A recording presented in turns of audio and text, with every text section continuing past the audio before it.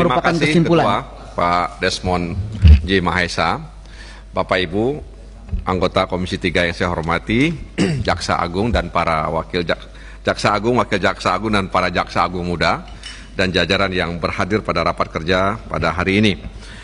Saya ingin menyambung asa dan rasa yang disampaikan oleh Pak Masinton dan Pak Desmond soal pelanggaran HAM berat atau katakanlah pelanggaran HAM masa lalu kategori berat.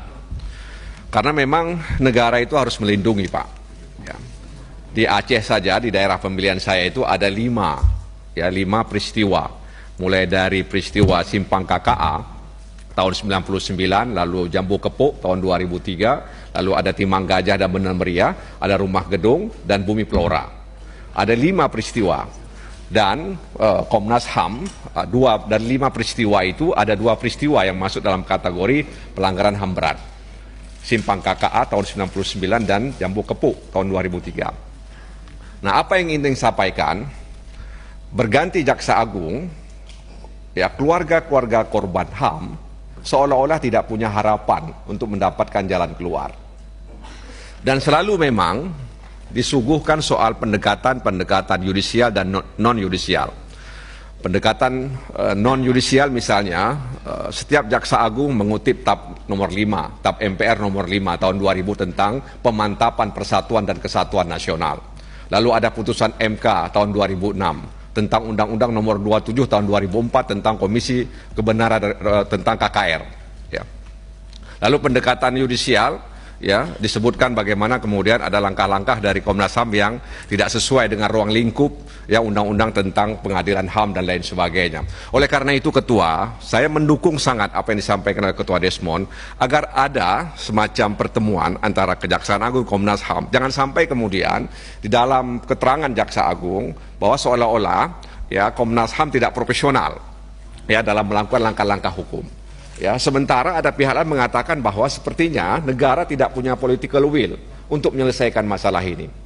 Oleh karena itu Pak Jaksa Agung, saya berpikir bahwa semua keluarga korban itu berharap ya agar negara ini bisa memberikan titik terang kepada apa yang pernah dialami oleh keluarga-keluarga mereka. Boleh jadi Pak, boleh jadi. Ya boleh jadi kenapa begitu banyak musibah di negeri ini karena kita tidak menyambung ya asa mereka. Boleh jadi Pak, atau jangan-jangan seperti itu. Ya, oleh karena itu sekali lagi dalam konteks ini kami berharap sekali agar kemudian jajaran kejaksaan benar-benar profesional ya memberikan jalan keluar. Ini loh jalan keluarnya ya. Ya, jadi sehingga kemudian kita kemudian tidak terombang-ambing antara pendekatan yudisial dan non-yudisial. Ya, walaupun saya percaya bahwa ada pihak-pihak tertentu yang berusaha untuk menghalang-halangi agar pendekatan yudisial itu tidak bisa dilaksanakan. Dan kemudian mereka merujuk kepada TAP MPR nomor 5 tahun 2000 dan putusan Mahkamah Konstitusi tahun 2006 tersebut. Oleh karena itu kami berikan kepada Jaksa Agung dukungan yang sebesar-besarnya ya untuk menyelesaikan masalah ini. Paling tidak ada titik terang ya soal ini. Itu yang soal pelanggaran HAM berat Ketua. Sekali lagi saya mendukung apa yang disampaikan oleh Pak Desmond agar tidak kemudian seperti gosokan, bolak sana, balik sana dan lain sebagainya. Sehingga keluarga korban terus meratap ya, mencari kebenaran dan keadilan terkait dengan apa yang pernah mereka alami. Yang kedua, ini soal soal yang disinggung oleh banyak teman soal Jiwasraya. Saya pikir kita semua mendukung itu. Yang penting Pak, ya kepentingan nasabah itu harus dilindungi. Ya, kalau tadi kemudian beberapa teman menyinggung soal uang, soal orang dan lain sebagainya, saya pikir memang kepentingan nasabah itu harus dilindungi. Ya, jadi ibarat kata pepatah, ya ular mati, ya kemudian ranting tak patah. Jangan sebaliknya, ular tak mati, ranting yang patah Pak. Ya, jadi jangan seperti itu. Jadi bagaimana ular mati, ranting tak patah. Jangan sebaliknya, ularnya tak mati, rantingnya patah. Ya, jadi nasabahnya korban, aparat penegak hukum juga jadi korban. Ya, sementara ularnya hidup terus Pak. Nah, oleh karena itu saya percaya sepenuhnya kepada Pak Jaksa Agung ini bahwa kasus ini akan bisa dituntaskan dengan memakai pendekatan tadi itu ular mati ranting tak patah Pak. Memang ini bukan pekerjaan yang ringan Pak. Ya. Karena ular itu besar tapi ranting kecil Pak. Ya. Jadi jangan sampai kita kemudian kalah dengan hal-hal yang besar itu. Kemudian yang ketiga ini soal manajemen birokrasi, kemudian juga karir yang disampaikan oleh Jaksa Agung. Saya pribadi dan barangkali semua teman di sini memberikan dukungan terkait dengan manajemen karir dan terutama lelang posisi kepala Kejaksaan Tinggi. Paling tidak saya baca di sini ada DKI, ya, kemudian ada Sumatera Utara, Sumatera Selatan, Jawa Timur, Jawa Tengah, Jawa Barat, Sulawesi Selatan. Ya. Nah, perlu dipertimbangkan juga, Pak. Perlu dipertimbangkan juga misalnya kajari-kajarinya dan juga wakajari. Jadi perlu dipertimbangkan oleh Kejaksaan Agung posisi wakajari. Ya. Di Kapolsek aja Pak ada wakapolsek Pak. Ya. Kapolsek itu punya wakapolsek, masa kajari nggak punya wakajari? Ya, Kapolres wakapolres.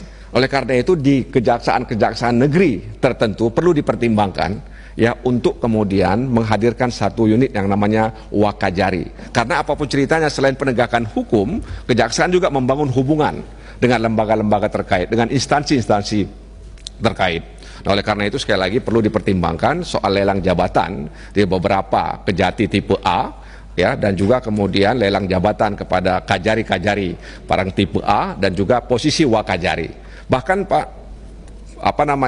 yang namanya koordinator perlu juga dipertimbangkan. Koordinator ini kan sebenarnya posisinya ya dia menghadap siap-siap memasuki sebagai kajari. Ya mungkin di beberapa kajati perlu ada waas Pak. Ya, waas. Ya, kalau di kepolisian yang nggak ada waas itu kabit, propam, ya itu nggak punya wakabit.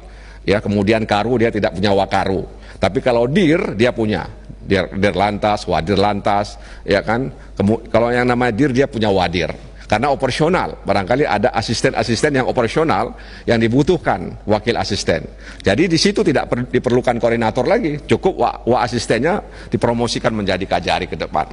Oleh karena itu, inilah harapan kami Pak kepada Jaksa Agung agar hal-hal yang terkait apa yang kami sampaikan ini bisa menjadi catatan. Dan yang paling terakhir ingin saya sampaikan adalah soal kesimpulan yang disampaikan oleh Komisi 3 beberapa waktu lalu terkait bagaimana kemudian kinerja kejaksaan.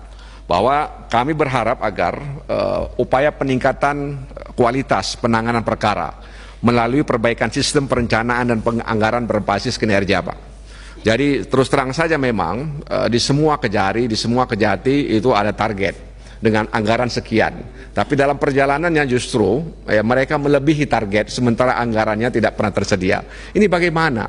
Orang bertanya bagaimana kalian menyelesaikan ini? Lalu mereka mengatakan ini tanggung jawab kami pada negara. Lalu orang bertanya apa iya? Ya, mungkin sebahagian besar percaya, tapi mungkin sebahagian juga ada yang tidak percaya. Jadi mereka menyelesaikan berbagai kasus, ya, tanpa dibaringi dengan anggaran. Apakah kemudian kita membiarkan situasi ini? Oleh karena itu, ini kesimpulan rapat. Ya, Komisi 3 dengan Kejaksaan tanggal 7 November 2019 bahwa diharapkan ada upaya untuk meningkatkan kualitas penanganan perkara melalui perbaikan sistem perencanaan penganggaran berbasis kinerja. Itu harapan kami Pak, supaya kemudian teman-teman di lapangan ya mereka bisa gagah ya menyelesaikan perkara-perkara dengan anggaran berbasis kinerja. Jangan biarkan kemudian teman-teman di lapangan ya mereka sepertinya ya tidak memiliki kemampuan dan lain sebagainya terkait dengan hal ini. Ini harapan kami Pak, mudah-mudahan ya ini bisa kita realisasikan. Dan terus terang saja seperti yang Bapak harapkan, kita mendukung sepenuhnya ya Kejaksaan Agung, Jaksa Agung dan seluruh jajarannya untuk meningkatkan ya aparat yang berintegritas dan berkualitas. Terima kasih Ketua. Wassalamualaikum warahmatullahi wabarakatuh.